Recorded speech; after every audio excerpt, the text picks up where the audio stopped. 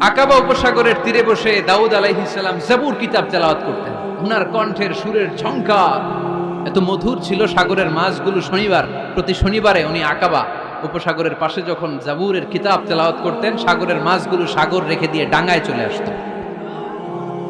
এজন্য আল্লাহ বললেন, খবরদার, শনিবার এলাকাতে মাছ শিকার করা আমি হারাম ঘোষণা করলাম। কিবার? এবার দাউদ আলাইহিস সালামের কওমের লোকেরা কৌশল করা আরম্ভ করে দিল। তারা বলল, আল্লাহ বলছে শনিবারে মাছ ধরা হারাম, খবরদার আমরা মাছ ধরবো না, তবে শনিবার আমরা বেড়া দিয়ে রাখবো। কি দিয়ে রাখবো? জাল দিয়ে বেড়ে দিয়ে রাখবো। শনিবারে ধরবো না, রবিবারে যাই ধরবো। খবরদার, শনিবারে ধরবি না, শনিবারে হারাম। হারাম করছে কে? মাছগুলো যখন তেলাওয়াত করতে আসতো, এরা জাল দিয়ে বেড়ে দিয়ে রাখতো চারদিকে। শনিবারে ধরতো না, কারণ হারাম। কারণ কি? বেড়ে দিয়ে রাখতো, রবিবারে যে ধরতো। আল্লাহ কি এটা বুঝাইছে? আল্লাহ বুঝাইছে শনিবারে যত মাছগুলো এসেছে এগুলো ধরা যাবে না। এগুলো যখন আবার সাগরের প্রবাহে ভেসে চলে যাবে, তোমরা আবার নৌকা নিয়ে মাছ শিকার করতে পারবে। ঠিক কিনা? ওরা কৌশল করে রবিবারে, শনিবারে আটকে রাখতো এরকম বেড়ে দিয়ে, জাল দিয়ে, রবিবারে যেয়ে ধরতো। আল্লাহ বললেন, আও নালা আলাহুম কামা লাআন্না আসহাবাস সাব কুনু কিরাদাতান খাসিইন। আমার সাথে কৌশল করেছিস, তোদের উপর আমার লানাত, তোরা অভিশপ্ত বানর হয়ে যা। মুহূর্তে পুরো জাতিটাকে বানরে রূপান্তরিত করে দিল কে? এজন্য খবরদার, আল হিলাতু বিল হারামি হারাম। হারাম খাওয়ার জন্য যে কৌশল করি, এটাকেও হারাম ঘোষণা দিয়েছে কে? আমাদের দেশে আরেকটা সিস্টেম আছে, হিলা বিয়ে আছে না নাই? হিলা বিয়ে কালিয়ারাতে মনে হয় নাই না? এলাকাতে আছে, ভয়ঙ্কর। আর তালাক আল বাইন আল বাইনুনা যখন হয়ে যায়, কমপ্লিটলি ডিভোর্স, কোনো সম্পর্ক নেই, তখন ওই স্ত্রীকে যদি আবার ফিরে আনতে হয়, ইসলামের নিয়ম হচ্ছে আরেক জায়গায় হাত্তা তানকিহা যাওজান গায়রা, আরেক জায়গায় বিয়ে হবে, নরমাল প্রসেসে কোনো কারণে তাদের ডিভোর্স হবে, তখন আগের স্বামী স্ত্রীকে আনতে পারে। এটারে অনেকে কৌশল করে, বিয়ের পরে একজন বুড়া মানুষের সাথে বিয়ে দেয়, সামান্য কিছু টাকা পয়সা দিয়ে এক দুই দিন সংসার করাইয়া ডিভোর্স নিয়ে আবার বিয়ে করায়। এরকম আছে না নাই? লাআনা রাসূলুল্লাহি আল মুহাল্লিল ওয়াল মুহাল্লিল্লাহ। সুনানে তিরমিজির বর্ণনা, আল্লাহর হাবিব সাল্লাল্লাহু আলাইহি ওয়াসাল্লাম বললেন, যারা হিলা করে, যারা হিলা করায়, উভয়ের উপর আল্লাহ লানাত। এগুলোর সাথে আমাদের কোনো সম্পর্ক আছে? এজন্য আমরা হারাম খাবো না। হারাম ঘুরাইয়া খাওয়ার জন্য কৌশলও করা যাবে। এরপরে ৮ নম্বর মূলনীতি হলো কাসবুল হালাল শারতুন লিকাবুলিদ দুআ। আমরা বলি, হুজুর আমার দোয়া কবুল হয় না, কিন্তু দোয়া কবুলের সবচাইতে বড় শর্ত হলো হালাল ইনকাম। ঠিক কি না? হালাল উপার্জন ছাড়া যদি দোয়া করেন, কবুল হবে? হারাম কিছু খেয়ে যদি আপনার দেহটারে বর্ধনশীল করেন, এই দেহ জান্নাতে ঢুকবে? লা ইয়াদখুলুল জান্নাতা জাসাদুন গুযিয়া বিল হারাম। হারাম দিয়ে বর্ধিষ্ণু যে দেহ, এই দেহ কোনোদিন আল্লাহর জান্নাতে ঢুকবে না। চিল্লায় বলেন ঠিক কিনা? ইন্নাল্লাহা তাইয়্যিব লা ইয়াকবালু ইল্লা তাইয়্যিবা। আল্লাহ পবিত্র, আল্লাহ পবিত্র ছাড়া কোনো কিছু গ্রহণ করে না। এক লোক কাবার চারদিকে কাঁদতে কাঁদতে বেহুশ, ইয়া রাব, ইয়া রাব, ইয়া রাব বলে বলে কাঁদতেছে। সাহাবারা দেখে বলল, সর্বনাশ, আজকের দিনের সব সওয়াব তো এই লোক নিয়ে যাবে।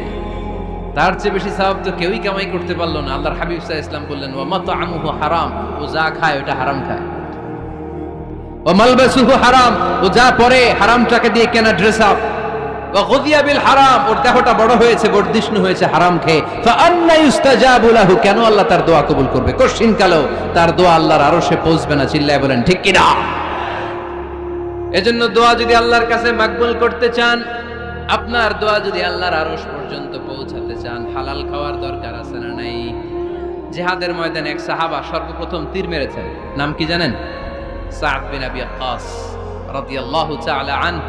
আল্লাহর হাবিব সাল্লাল্লাহু আলাইহি ওয়াসাল্লামকে বললেন, ইয়া রাসূলুল্লাহ, উদু আল্লাহ আইয়াজআলানি মুস্তাজাবাদ দাওয়া। নবী হে, আপনি একটু আমার জন্য দোয়া করেন, আল্লাহ যেন আমারে মুস্তাজাবুদ দাওয়া বানিয়ে দেয়। কি বানিয়ে দেয়? সবাই বলেন। মুস্তাজাবুদ দাওয়া মানে এমন লোক যে দোয়া করলেই কবুল। আল্লাহর হাবিব সাল্লাল্লাহু আলাইহি ওয়াসাল্লাম উত্তরে কি বলছিলেন শুনবেন? শুনবেন সবাই?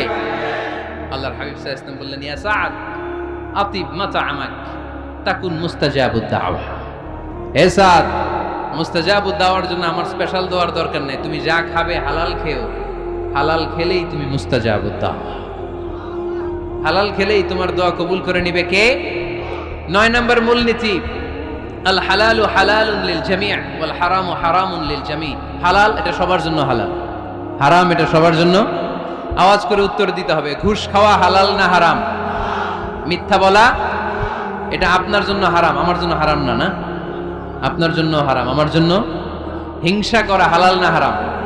এই হিংসা যদি আমার নানা ভাই করে, হালাল না হারাম? আমি যদি করি, বাইতুল মোকাররমের ইমাম যদি করে, শুধু কাবা ঘরের ইমাম সাহেব হিংসা করতে পারবে? হ্যাঁ, পারবে? হালাল সবার জন্য হালাল, হারাম সবার জন্য হারাম। বলেন তো, বুঝে শুনে উত্তর দিয়েন, প্যান্ট শার্ট পরা হালাল না হারাম? কথা কন আরো জোরে। দুই দল নাকি এক দল? সবাই বলেন হালাল না হারাম? প্যান্ট শার্ট পরা এটা হালাল শুধু আপনার জন্য, নাকি আমার জন্য হারাম? না, প্যান্ট শার্ট পরা আমার জন্য হালাল, আমার নানা ভাইয়ের জন্য হালাল, কাবা ঘরের ইমামের জন্য হালাল। চিল্লায় বলেন ঠিক কিনা? আল হালালু হালালুন লিল জামি' ওয়াল হারামু হারামুন লিল জামি'। কিন্তু আমরা প্যান্ট শার্ট পরি না। আমাদের এদেশের আলেম ওলামারা ঢিলে ঢালা জুব্বা পরে, সুন্নতি পোশাক পরে, কিন্তু প্যান্ট শার্ট পরা তাদের জন্য হালাল, আমার জন্য হালাল, ইমাম সাহেবের জন্য হালাল। যেটা হালাল এটা সবার জন্য হালাল, যেটা হারাম এটা সবার জন্য হারাম। আওয়াজ করে বলতে হবে ঠিক কিনা? মদিনাতে বনু মাখজুমিয়া গোত্রের এক নারী চুরিতে ধরা পড়ল। সবাই বলতেছে ইয়া রাসূলুল্লাহ, এই মহিলাটা অনেক বড় বংশের মেয়ে, আপনি মাফ করে দেন, আপনি হাত কেটে দিয়েন না। চুরি করলে কি করতে হয় জানেন না বোধহয় নিয়মটা, না? হ্যাঁ, ফাকতাউ আইদিয়াহুমা, the government, the authority should cut down his right hand. চুরি করলে হাত কেটে দাও, এটা ইসলামের বিধান। আল্লাহর হাবিবের সবাই বললেন ইয়া রাসূলুল্লাহ, এই মেয়ের হাত কেটে দিয়েন না। আল্লাহর হাবিব সাল্লাল্লাহু আলাইহি ওয়াসাল্লাম বললেন, খবরদার, আল্লাহর বিধানের ক্ষেত্রে আমারে সুপারিশ করার স্পর্ধা দেখিও না। লাউ আন্না ফাতিমাতা বিনতি মুহাম্মাদিন সারাকাত লাকাতা মুহাম্মাদুন ইয়াদাহা।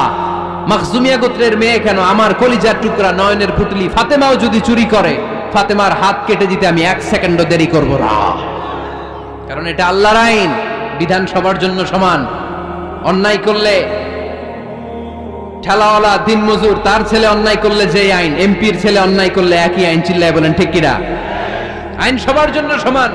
There is no difference between black and white, between upper and lower, between the richer section of the society and poorer section of the society, between the member of the parliament and factory worker, between the president of Bangladesh and the rickshaw puller. Everyone is totally equal, 100% equal, completely equal in the eyes of Quran, in the eyes of Islam. ইসলামের দৃষ্টিতে সবাই সমান, এখানে আলাদা নাই। সাইয়েদনা ওমরে ফারুকের ছেলে আবু শাহামা নাবিজ খেতে যে এটা মদের মতো হয়ে গিয়েছিল। আমর ইবনুল আস রাদিয়াল্লাহু তাআলা আনহু ওনাকে মদ খাওয়ার শাস্তি দিয়েছিলেন 80 বেত।